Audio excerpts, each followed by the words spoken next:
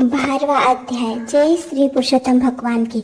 शिव जी के चले जाने पर वह बाला हर्ष कांति श्वास पर श्वास लेती हुई भयभीत हो आंखों में आंसू भर रोने लगी।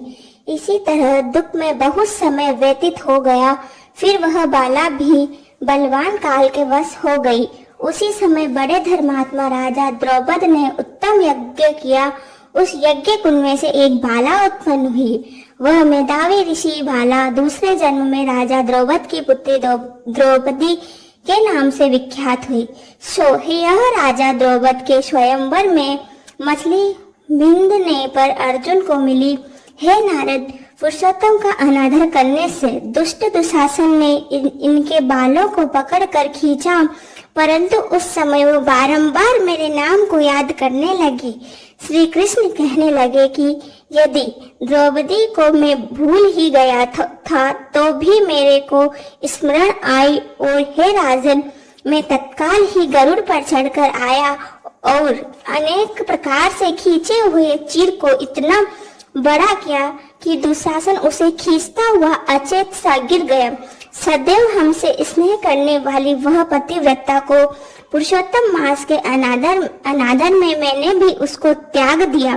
पुरुषोत्तम मास का तिरस्कार करने वाले को मैं भी गिरा देता हूँ। इसीलिए सब तरह से यह मल मास ऋषियों और देवताओं को भी सेवन योग्य है। फिर मनुष्यों को तो अत्यंत ही मनवांछित फल देने वाला है। इसीलिए आने वाले पुरुषोत्तम मास की आराधना के 14 वर्ष पूरे हुए। अब सब कुछ अच्छा होगा। श्री नारायण कहने लगे। इस प्रकार श्री कृष्ण द्रौपदी और पांडवों को समझाकर द्वारिकापुर जाने की इच्छा उसे बोले, हे राजन, अभी विरह से व्याकुल द्वारिकापुरी को मैं जा रहा हूँ। ऐसा कहने पर भगवान प्रेम में मग्न हो पांडव पुत्रों को धीरे धीरे लौटा कर द्वारिकापुरी को चले गए। नारायण बोले, द्वारिका नाथ के द्वारिका जाने पर युधिष्ठिर अपने भाइयों सहित तप करते हुए तीर्थों में विचरने लगे।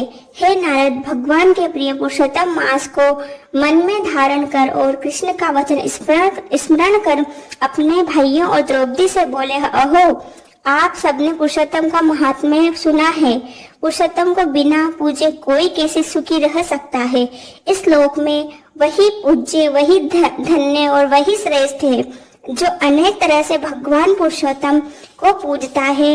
इस तरह सब तीर्थों में विचरते हुए पुरुषोत्तम मास के प्राप्त होने पर विधिवत उसका व्रत करने लगे और 14 वर्ष व्यतीत हो जाने पर श्री कृष्ण भगवान की कृपा से अकंटक राज्य को प्राप्त हुए।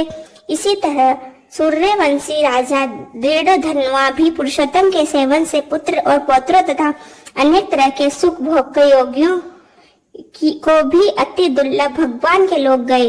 12वां अध्याय यही समाप्त होता है। जय श्री पुरुषोत्तम भगवान की।